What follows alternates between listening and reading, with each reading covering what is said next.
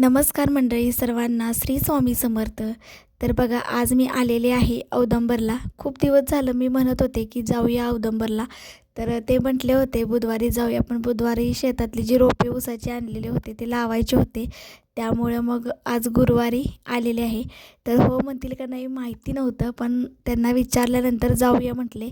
आणि आपल्या जर मनात असलं तर देव कसा नाही कसा तरी मार्ग काढतोच.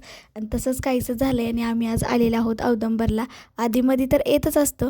तर बघा, भरपूर असे स्टॉल आलेले आहेत. अगदी बघा, ज्वेलरी वगैरे, ब्लाऊज वगैरे असे वेगवेगळे भरपूर असे स्टॉल इथे आलेले होते. गर्दी वगैरे भरपूर होती. मोठीची मोठी रांग वगैरे लागलेली होती बघा.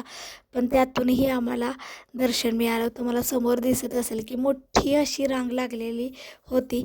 तर आम्ही येताना ज्वेलरी वगैरे अशा बघत आलतो आणि जाताना पण आम्ही आत्ता बघत चाललेलो होतो बघा. पर्स, लहान मुलांचे जे टोपे असतात ते.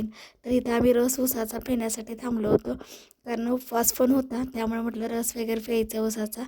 तर इथं बघा वेगवेगळ्या ज्वेलरी वगैरे, ब्लाऊज, जे मुलींचे टॉप असतात ते, बॅगा, असे भरपूर असे बघा स्टॉल आहेत ते उपलब्ध झालेले होते. तर असं आम्ही बघत बघत चाललेलो होतो.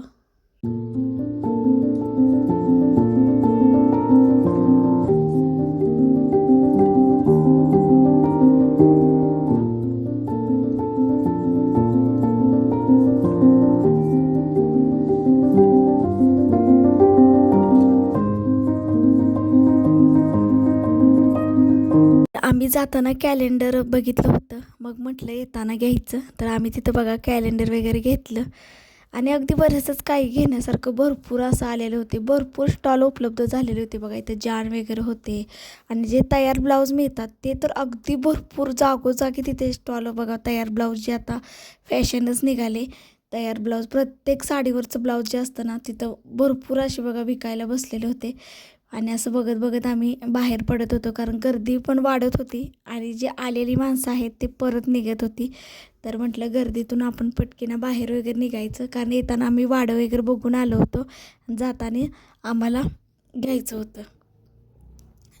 तर बघा, इथं आम्ही वाडं वगैरे घेण्यासाठी आलो आहे, कारण इथं आम्ही जाताना बघितलेलं होतं. मग अहो गेले होते गाडी घेऊन. का ते समोर तुम्हाला दिसत असतील, तर ते तिथं आणण्यासाठी वाडं गेले होते. मी रस्त्याच्या पलीकडेच थांबले होते. तर आपले जनावर वगैरे आहेत म्हटल्यानंतर घेऊन तरी गेलंच पाहिजे आपल्याला. तर ते म्हटले होते तुला सोडून शिना, मग मी वाडं वगैरे न्यायला येतो. एवढ्या लांब यायचं, डबल हेलपाटा होण्यापेक्षा म्हटलं आता जातानाच घेऊन जाऊया, कारण आज गुरुवार पण आहे, पूजा पण मांडायची असते आणि भरपूर अशी गडबड होते. मग त्यामुळे बघा तिथं ते गेलेले आहेत असं वाडं आणण्यासाठी.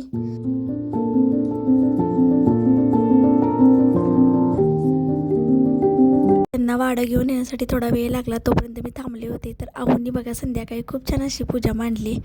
तर पूजा मांडण्याचं काम त्यांच्याकडेच असतं, त्यामुळे खूप छान अशी मांडली बघा पूजा. शेवटचा गुरुवार आहे आज आणि चारही गुरुवारी त्यांनीच मांडली होती पूजा. तर कसा वाटला आजचा व्हिडिओ नक्की सांगा. चॅनलवरती जर कोण नवीन असेल तर व्हिडिओ लाईक, शेअर, सबस्क्राईब करा. धन्यवाद.